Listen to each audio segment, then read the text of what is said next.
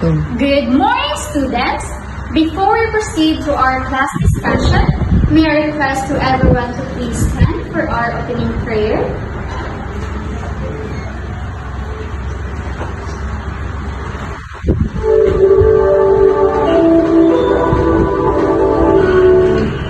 Dear Heavenly Father, thank you for giving us healthy body and sound mind. We thank you for another opportunity to learn.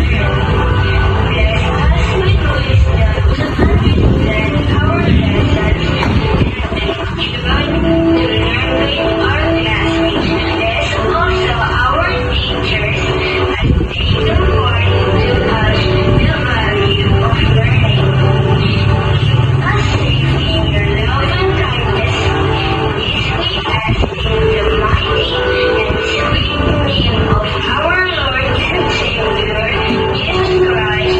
Amen. Ready to be energized? Okay, here we go.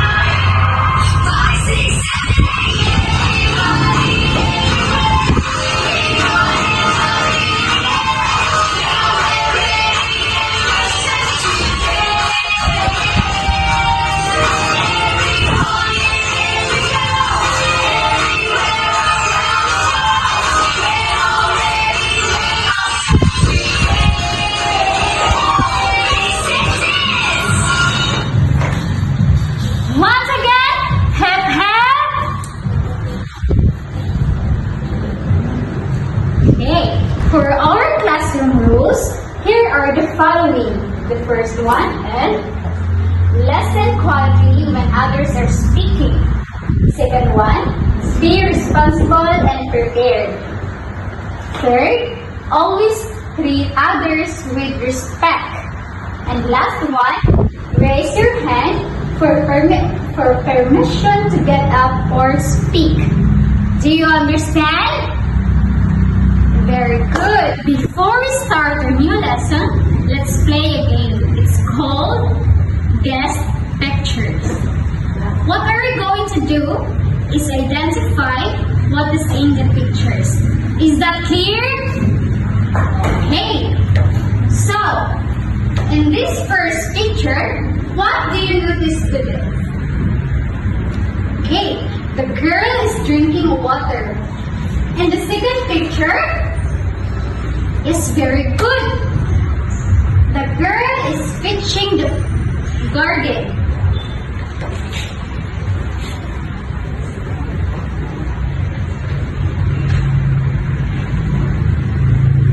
And the third one, anyone from the group? Cynthia. Okay, very good. And last, Tanya. Excellent. So, the jumbled letters here is called water. So, what can you observe the pictures that I presented a while ago? Very good. And why do we need to drink a water daily? Charlemagne? Excellent.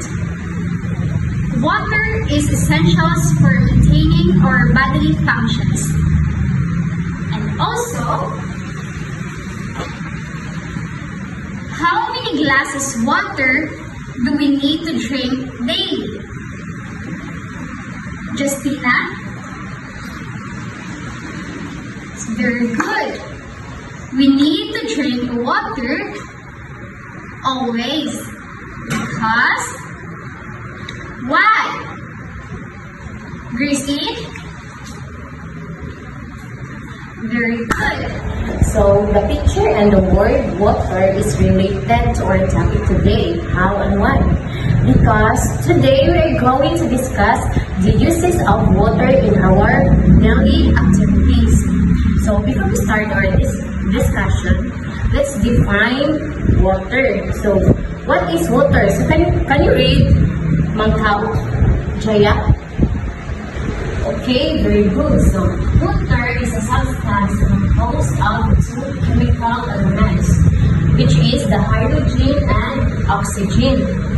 So, it has the important ability to dissolve many other substances like water. So, did you know that water is tasteless? It has no taste and it has no odor.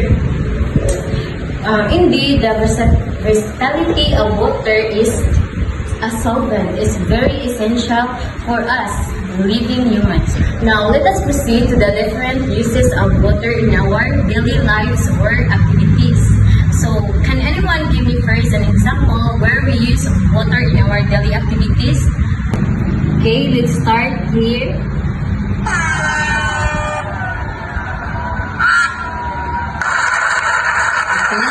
Okay. So, what is your example, James? Okay, very good. Boy, drinking water. Yes, one use of water is for drinking. Did you know that it is the most important use of water? Simply because our body needs water to function. Also, that there are a lot of benefits water gives to our body. First, of course, like what I have said, it helps our body to function well. And it also helps our body to remove waste and digest food that we are eating. And one importantly, it regulates our body temperature. Water has a lot of minerals that our body needs. So, as much as possible, we have to drink water. How many glasses of water we have to drink every day? Okay, at least 8 glasses of water. So, next is, what do you see? Okay, let's pick a name here.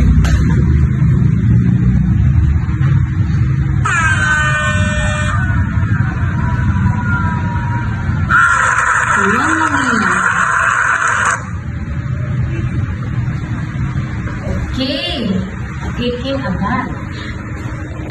Very good. So, every day, who is taking a bath every day? Of course, everyone.